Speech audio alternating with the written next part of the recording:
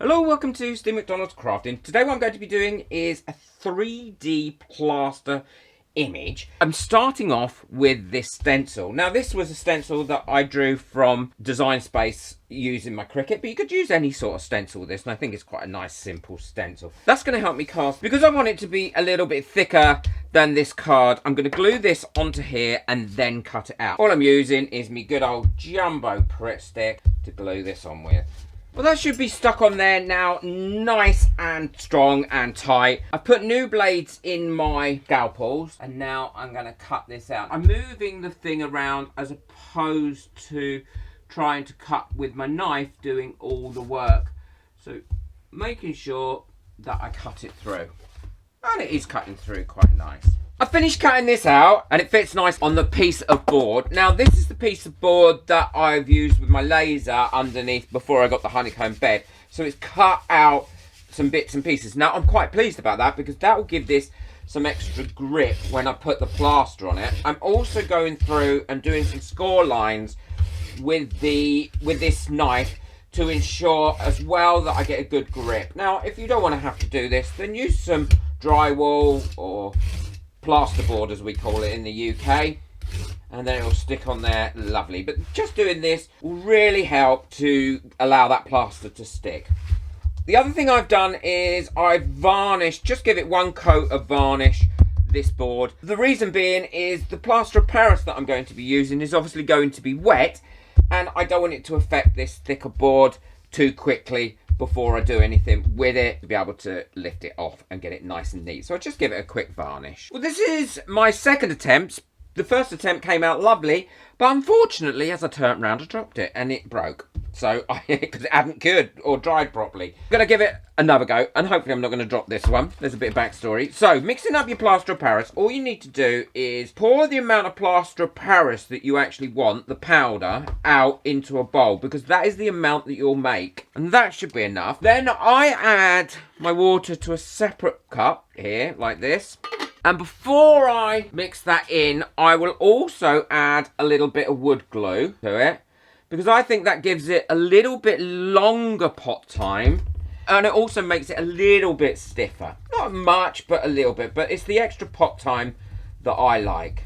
The quicker and the more you move the plaster of Paris around is the quicker it will cure up and go hard. So try and avoid that. So what I do is I pour my water on first, like that. And I want quite a runny consistency.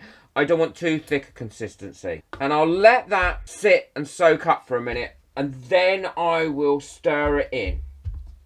That way it's not had as much movement. Make sure you've got no lumps and bumps, because you don't want any lumps and bumps. Move the stencil over. Pour this in. Like this. And you do need to move fairly quick at this stage. And making sure that's all pushed down nicely. And it's in everywhere. I don't need that extra bit there. I'll give that about 10-15 seconds to settle into there. Scrape off that excess. Yeah, I'm happy with the amount that's on there. And now I can gently take this off, and that will leave the pattern behind. And now while it's at this stage, this is where you can go through with a wet brush and soften up all these edges and make them all nice and smooth and rounded if you wish to. And now we've got that like that, I'm going to turn around, I'm going to put it somewhere safe without dropping it, and let this dry off completely before we do the next stage. This is all dry now, and as you can see, as it's dry, it's leached through some of this burn that's on this piece of MDF. But I'm fine with that. That doesn't matter, because I'm going to cover that up anyway. I'm going to do a little bit more sculpting on here, and I'm not mixing up too much at a time, because I want to make sure that if it does go off in the pot, then I haven't wasted loads of plaster. That's holding its shape, so that will be fine. And I'm going to use a selection of knives, as you can see here, to give that a little bit more shape. And that'll cure on here really quite quickly, and then allow me to do some texture and some different bits and pieces in it. I will link it in the description which one I'm using. If you want to smooth it off at this stage, you can. Just put your knife in a little bit of water and then you can smooth that out. Now I'm adding a little bit of texture into this as well, similar to the way I draw my flowers when I draw them. I'm going to go around and do exactly the same with the larger ones and the smaller ones. Because these are buds, unopened buds, I'm putting something on there like that, giving it a bit of texture as I go through. I can smooth off any areas that I want it to be smooth. Well, this is on its way to getting dry now, and I used up a little bit of the leftover plaster on the corners. And what I'm going to do now is mix up a little bit more plaster. Now I know if I knock this, I'm not going to destroy it, and carry on covering this base. And the reason I want to cover the base is to give it a little bit more texture and a tiny bit of interest, but I also only want to give a thin layer. All I'm doing is going over it, over this board, right up to the edge, and smoothing it out, but putting a little bit of texture in it at the same time. You're not going to really see it, it's not going to show up on camera, but once you paint it, it will start to show up. Going right up to the very edge of each one of the flowers and smoothing it out. And if you want it a little bit smoother, all you need to do is to scrape that off, dip your brush in a little bit of water and smooth it over. It will stick on here well because of all the little cuts and the scoring I did, and that was purposely to allow it to stick on there really firmly. I'm quite happy with everything, and now what I'm going to do is put that to one side and let that dry completely overnight. If any cracks appear where it's dried, then I will fill those cracks in, but hopefully it's not going to crack. This is dried now. It dried overnight and it's come out really good, I think. You know, this is just simple design, and it'll look nice once it's finished and in a frame, I hope. Now I'm going to do a paint effect on this, similar to what I did when I made the iPad stand. And if you haven't seen that video, then check that one out, because that has been so useful. I love it. I use it nearly every day. But first of all, before I can do anything, I need to paint this whole thing a matte black. And all I'm going to use to paint it a matte black with is acrylic paint. That's not going to take long to do.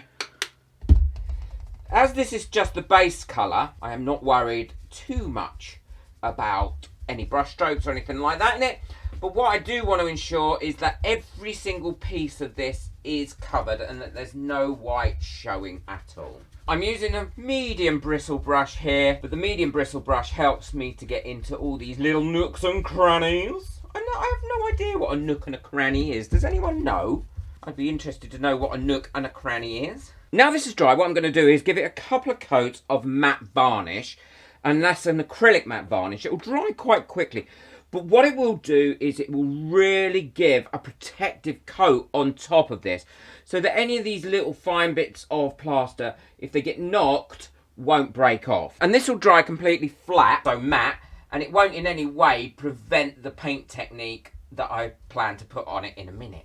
I'm going to finish this off in the same way that I finished off my steampunk iPad stand, which I use all the time, and I can always find my cable as well. So if you haven't seen that video, then check it out at the end. I'll show you how easy it was to make and how I finished it off. What I'll be using is a mixture. I've got some light silver mica powder here and some dark silver, and neither of them are the colour that I actually want. I want it a little bit lighter than what this darker one is. So what I'm going to do is pop a bit of that into a pot like that, and then pop a little bit of the lighter one in there as well.